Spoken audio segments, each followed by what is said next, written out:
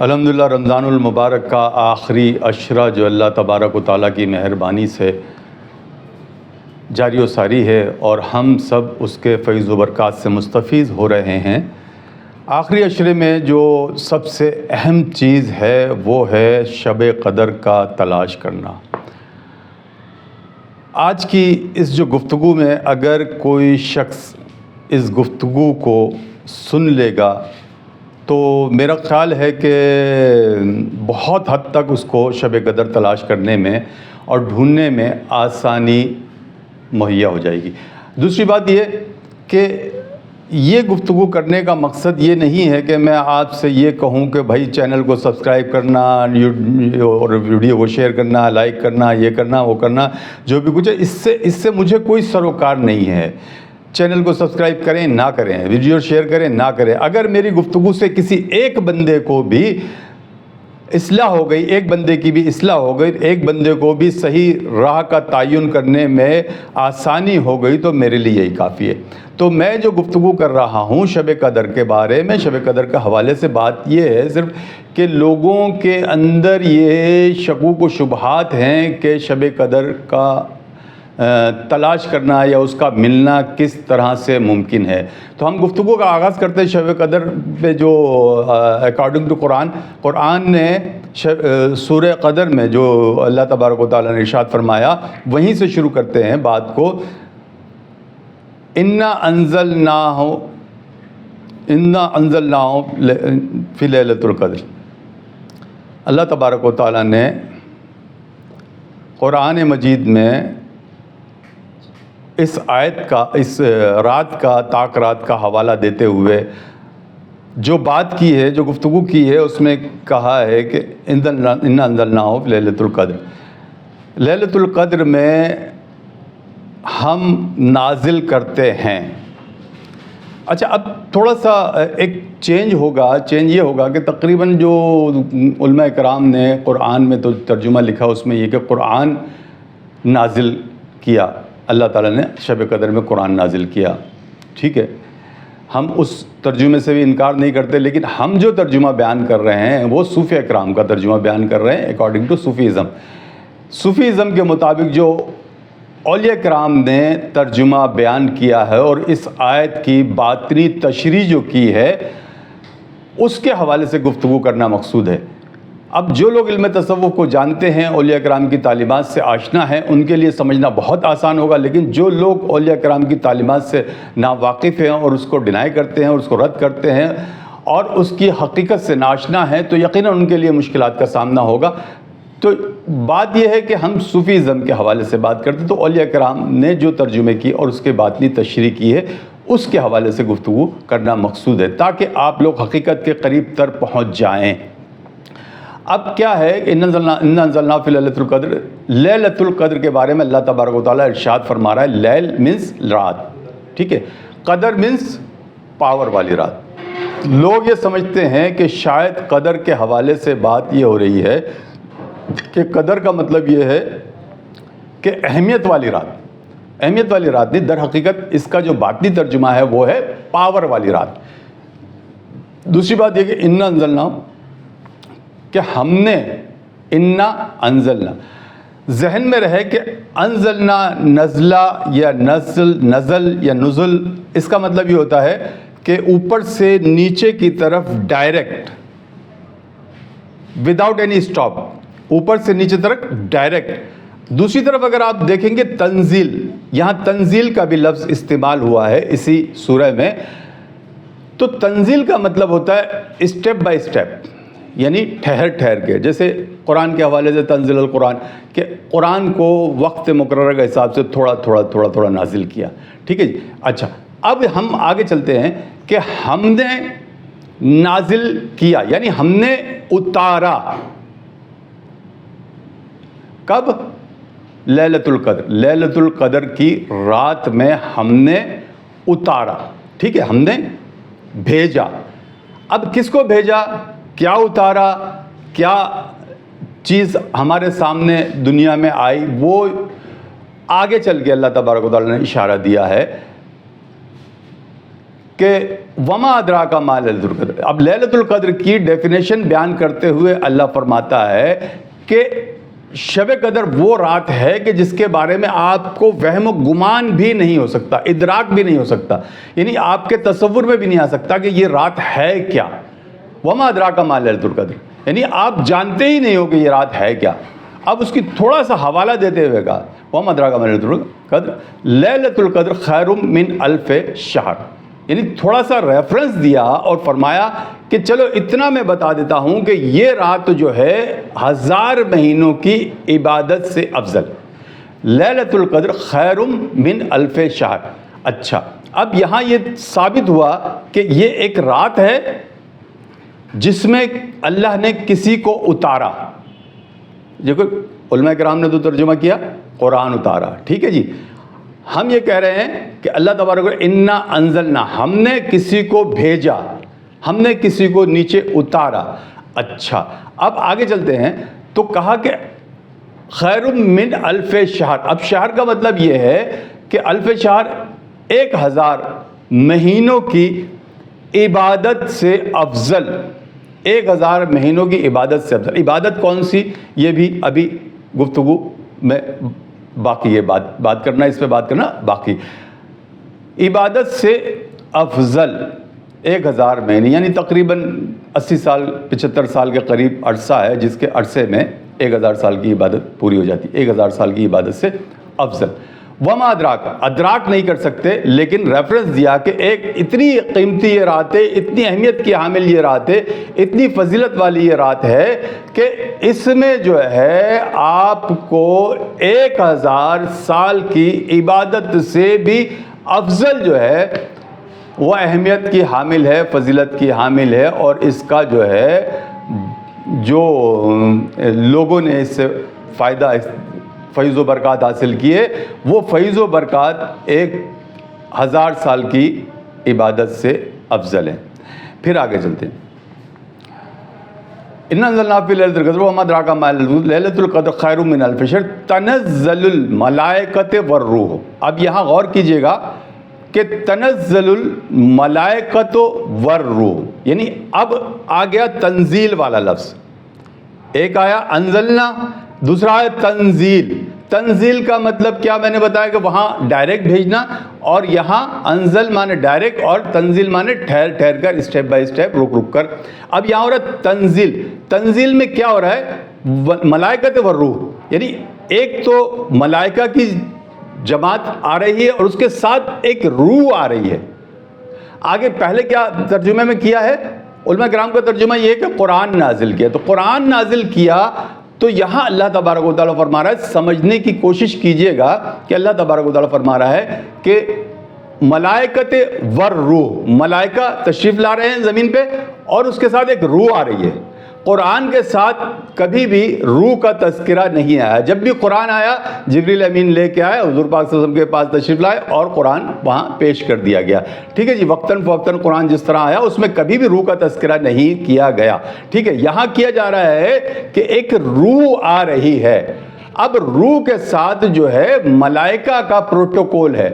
ترجمے میں جو لکھا گیا ہے عموماً نارمل ترجمہ جو ہے اس میں یہ کہا گیا کہ فرشتوں کی ایک جماعت آ رہی ہے, فرشتے اس کے ساتھ آ رہے ہیں, لیکن ایسا نہیں ہے. ملائکہ جو ہے وہ خاص جو ہے فرشتے ہیں, خاص جو ہے وہ مخلوق ہے اللہ تبارک و تعالیٰ کی. وہ خاص مخلوق اس خاص روح کو زمین پر لے کر آ رہی ہے.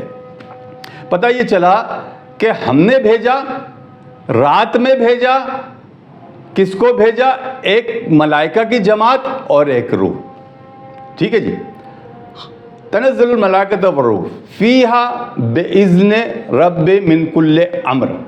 اچھا, اب فیہا باذن کہ اللہ تبارک و تعالیٰ کے اذن سے من کل امر تمام اختیارات کا مالک بنا کر اس روح کو بھیج دیا دنیا میں. اب اختیارات اس قدر ہیں اس روح کے پاس کہ وہ جس کے پاس بھی آئے گی, چاہے وہ جہنمی روح ہو, اس کو ایک لمحے کے اندر اللہ کا قرب عطا کر دے گی. یعنی اتنا اختیار ہے اس روح کو. اس قدر اختیار دے کر اللہ تبارک, کیا لکھا, کل امر. کل مطلب تمام, امر مطلب اختیارات. ٹھیک ہے جی. اب یہ روح آ رہی ہے, تمام اختیارات لے کے آ رہی ہے اور دنیا میں آ رہی ہے. اب یہ روح ہے کون؟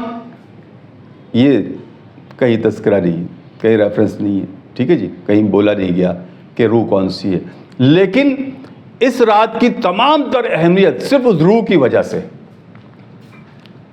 تنزل الملائکۃ والروح, روح آ رہی ہے, ٹھیک ہے. پروٹوکول ملائکہ کا ہے. تنزل وقتاً فوقتاً, یعنی وہ چلتی ہے تو عالم ہے, یعنی یہ سمجھے اللہ کے احدیت سے, وحدت احدیت اور عرش, جس کو ہم عرف عام میں عرش کہتے ہیں, عرش سے چلتی ہے وہ روح. اب سارے عالم میں وقتاً فوقتاً ٹھہرتے ٹھہرتے مقام لاہوت, احدیت, وحدت, عنکبوت, ملکوت, جبروت, لاہوت, آہوت, اور پھر اس کے بعد عالم ناسوت تک جو ہے وہ اس زمین میں, جس کو عالم ناسوت کہا جاتا ہے, یہاں تک وہ روح آ جاتی ہے. وہاں سے جب چلتی ہے تو یقیناً وہاں پر بھی لوگوں کو نوازتے ہوئے آتی ہوگی. اب دنیا میں جب آتی ہے تو پھر آگے یہاں پر جو لوگوں, جن کے پاس بھی وہ روح آئے گی, یا جن سے بھی فیضیاب, جو بھی اس روح سے فیضیاب ہوگا, اکتساب فیض حاصل کرے گا, جو بھی مستفیض ہوگا, تو اس کی دنیا ایک وقت میں پلٹ جائے گی. یعنی من کل امر ایسا ہے کہ اللہ تبارک و تعالیٰ نے اتنے اختیارات دے دیے اس روح کو کہ بھی جس بھی ماحول میں, جس محفل میں, جس بندے کے پاس وہ روح جائے گی تو کیا کرے گی کہ اس کو 1000 سال 1000 مہینوں کی عبادت سے افضل کیا ملے گا کہ روح اگر ایک دفعہ اس سے مل لیتی ہے, ایک نظر اس روح کی پڑ جاتی ہے اس شخص کے اوپر, تو اس کی دنیا بدل جاتی ہے. دنیا بدل جانے کا مطلب یہ ہے کہ اگر وہ کافر روح بھی ہے دنیا کے اندر اور وہ گناہوں میں ملوث ہے, لیکن اگر اس روح نے اس کو دیکھ لیا اور اس کی ایک نظر پڑ گئی تو اس تجلی کی وجہ سے اس انسان کی دنیا بدل گئی اور وہ ایک لمحے کے اندر رب کا دوست بن گیا اور رب کا قرب حاصل کر لیا اس نے. یعنی روح کی یہ طاقت ہے کہ وہ جس کو چاہے جو بھی عطا کر دے. اچھا جی, اب آگے چلتے ہیں. حیتا مطلع الفجر, سلام حیتا مطلع الفجر. اچھا, سلامتی ہے فجر تک, یعنی کہ فجر سے مراد یہ ہے کہ جب رات ہوتی ہے تو فرشتے اپنے پردے ڈال دیتے ہیں اور رات بن جاتی ہے, لیکن جب وہ آہستہ آہستہ پردے اپنے اٹھاتے ہیں تو آہستہ آہستہ صبح ہونا شروع ہو جاتی ہے. فجر پاؤ پھٹنے جس کو کہتے ہیں, یا صبح صادق, صبح کاذب, اور پھر اس کے بعد صبح کا وقت آ جاتا ہے, فجر کا وقت آ جاتا ہے. اس وقت تک وہ روح سلامتی کا پیغام دیتی رہے گی. کن لوگوں کو؟ اب یہاں صورتحال تھوڑی سی غور کرنے کی ہے, یہ کہ وہ روح آتی ہے اور سلامتی. اب کہیں یہ لکھا گیا کہ بھئی جبریل امین تشریف لاتے ہیں اور وہ لوگوں سے مصافحہ کرتے ہیں, جو لوگ شب بیداری کر رہے ہوتے ہیں ان سے مصافحہ کرتے ہیں. اب سوال یہ پیدا ہوتا ہے, مثال کے طور پہ اگر جبریل امین آ بھی جاتے ہیں, فار ایگزامپل اگر مجھ سے یا آپ سے مصافحہ کر لیتے ہیں, تو کیا جبریل امین کو شفاعت کا اختیار ہے؟ یا جبریل امین کے پاس یہ پاور ہے کہ وہ کسی انسان کو اللہ سے ملا دے؟ جبریل امین نہ تو کوئی ولی ہے نہ کوئی نبی ہے, تو جبریل امین اگر مصافحہ کر بھی لے کسی سے تو اس سے کوئی فائدہ نہیں ہے, نہ نقصان ہے نہ فائدہ ہے, کیونکہ جبریل امین تو ظاہر ہے ایک اللہ کی مخلوق ہے, اور اللہ کی مخلوق میں ہم لوگ جو حضرت انسان وہ افضل ہے, فرشتوں اور ملائکہ سے بھی افضل ہے. تو پھر اس کا مطلب یہ ہوا کہ جبریل امین کے ساتھ جو روح ہے بیسیکلی اصل میں اس کا تذکرہ ہے. اچھا, اب وہ روح کیا کرے گی؟ وہ روح کیا کرتی ہے کہ وہ صرف ان لوگوں کو فائدہ پہنچا سکتی ہے. یہاں قابل غور بات ہے, نقطہ سمجھنے کا ہے کہ صرف وہ ان لوگوں کو فائدہ پہنچا سکتی ہے کہ جو مومنین ہوں, جو مومن ہوں. مومن کی ڈیفینیشن کیا ہے؟ مومن کی ڈیفینیشن یہ ہے کہ جس کا قلب اللہ کا ذکر کرتا ہو. یعنی یہ ادنا ترین ڈیفینیشن مومن کی, جس کا قلب اللہ کا ذکر کرتا ہو. ویسے اگر عام طور سے اگر مومن کی ڈیفینیشن پوچھیں گے تو شہر کے اندر لاکھوں سارے جتنے بھی نمازی پرہیزگار لوگ ہیں وہ سب مومن کہلاتے ہیں اپنے آپ کو, لیکن اللہ کے نزدیک مومن صرف وہ ہے جس کا قلب اللہ کا ذکر کرتا ہو. یہ میں اور آپ شناخت نہیں کر سکتے, یہ اللہ اور اس بندے کے درمیان کی بات ہے. اور وہ جو روح آئے گی تو وہ پہچانتی ہے کہ مومن کون ہے. وہ صرف مومن کو فیض دے سکتی ہے. مومن اس روح سے اکتساب فیض حاصل کر سکتا ہے, عام مسلمان نہیں کر سکتا, کیونکہ اس نے جو نور دینا ہے وہ انسان کے قلب کو عطا کرنا ہے. اور اگر قلب اللہ کا ذکر کر رہا ہوگا اور اس کے اندر نور جذب کرنے کی کیپیسٹی ہوگی, اس کے اندر نور جذب کرنے کی صلاحیت ہوگی, تو پھر وہ جو ہے نور اللہ کا اس کو مل جائے گا اور اس روح سے وہ بندہ اس روح سے فیضیاب ہو جائے گا. تو پتہ یہ چلا کہ اگر وہ آئے گی بھی تو عام مسلمان کو اس سے کوئی فائدہ نہیں. بعض جگہ لوگوں نے یہ بھی لکھا ہے کہ جناب 2 نفل پڑھیں اور سو جائیں رات کو, اور وہ پوری رات آپ کی عبادت میں شمار ہو جائے گی. لیکن یہاں تو معاملات ایسے ہیں کہ بھئی لوگ شب بیداری کریں فار ایگزامپل. اب وہ لمحہ جو ہے روح کے آنے کا کسی کو پتہ تھوڑی ہے. بھائی سلامتی ہے فجر تک, اب یہاں رات ہو رہی ہے تو امریکہ میں صبح ہو رہی ہے, تو وہاں بھی تو اس نے فیضیاب کرنا ہے لوگوں کو. مومن کی روح تو امریکہ میں بھی ہوں گی, یورپ میں بھی ہوں گی, افریقہ میں بھی ہوں گی, ایشیا میں بھی ہوں گی, سب جگہ, پاکستان, ہندوستان, دنیا کے ہر علاقے میں مومن ارواح موجود ہیں. تو مومن کے لیے جو ہے وہ صرف اور صرف مومن کو 1000 سال کی عبادت سے افضل. اچھا اب عبادت کیا؟ اب 1000 سال کی عبادت کا تھوڑا سا سمجھ لیجئے کہ 1000 سال کی عبادت کیا. اللہ تبارک و تعالیٰ روزانہ چوتھے آسمان پہ آتا ہے اور صدا لگاتا ہے کوئی مجھ سے بخشش مانگنے والا, ہے کوئی میرا قرب مانگنے والا, ہے کوئی میری دوستی مانگنے والا, ہے کوئی مجھ سے رزق کا طلبگار. اس طرح مختلف اعلانات اللہ تبارک و تعالیٰ فرماتے ہیں. اچھا اللہ تعالیٰ جب وہ اعلانات فرما رہے ہیں اور جس کو فیضیاب کر رہے ہیں, فار ایگزامپل اب جب چوتھے آسمان پہ آتا ہو یقیناً بہت سارے لوگوں کو فیضیاب بھی کرتا ہوگا, اس کی وہ صدا پہ لبیک بھی بہت سارے لوگ کہتے ہیں. وہ جو اللہ تبارک و تعالیٰ کسی بندے کو اس چوتھے آسمان پہ آ کے جو فیض دے رہا ہے یا جو نوازشات دے رہا ہے, جو اس کے انوار و تجلیات اس کو مل رہے ہیں, اس انوار و تجلیات ایک دن کا انوار و تجلیات اس کو اگر کاؤنٹ کرے تو وہ جو انوار و تجلیات اس کو ملے بندے کو, وہ انوار و تجلیات کو 1000 سال کے مہینوں میں جمع کیا جائے. یعنی اللہ تبارک و تعالیٰ کے انوار و تجلیات 1000 مہینوں کے جمع کیا جائیں تو ایک لمحے اس طاق رات میں, اس شب قدر میں, اس لیل القدر میں ایک لمحے اس روح کی تجلی اور روح کی نظر جو ہے وہ اس 1000 سال کی وہ تجلیات جو اللہ تبارک و تعالیٰ نے اس کو عطا فرمائی.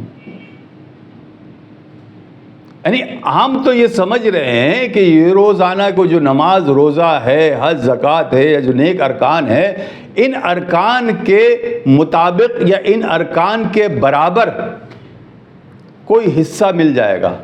یعنی ایسا مطلب اتنا ثواب ہے کہ 1000 سال کی نمازوں کے برابر, 1000 مہینوں کی نمازوں کے برابر. 1000 مہینوں کی نمازوں کے برابر نہیں ہے. سمجھنے کی ضرورت ہے کہ روح جو ہے وہ 1000 مہینوں سے افضل وہ عطا کر رہی ہے جو مومن کے قلب میں نور کی شکل میں جمع ہو سکے. لہٰذا گفتگو کو سمیٹتے ہوئے بات یہی اختتام کی جاتی ہے کہ ہم اس نتیجے پر پہنچے کہ اس رات کا فائدہ صرف اور صرف مومن ارواح کو ہے, مومن لوگوں کو ہے. مومنین کے لیے یہ رات ہے اور مومنین اس کے فضیلت و فیض و برکات سے فائدہ اٹھا سکتے ہیں. کیوں کہ روزہ بھی یا ایھا الذین آمنوا کہہ کے اے ایمان والو پر فرض کیا گیا ہے تاکہ تم متقی اور پرہیزگار ہو جاؤ. اگر مومن ہے تو متقی بنے گا. ٹھیک ہے. اور اب جو ہے ہم اس نتیجے پر پہنچتے ہیں کہ اس روح کا فائدہ صرف اور صرف مومنین کو ہو سکتا ہے, اور مومنین کو 1000 مہینوں سے بڑھ کر جو ہے نور اللہ تبارک و تعالیٰ عطا کرتا ہے.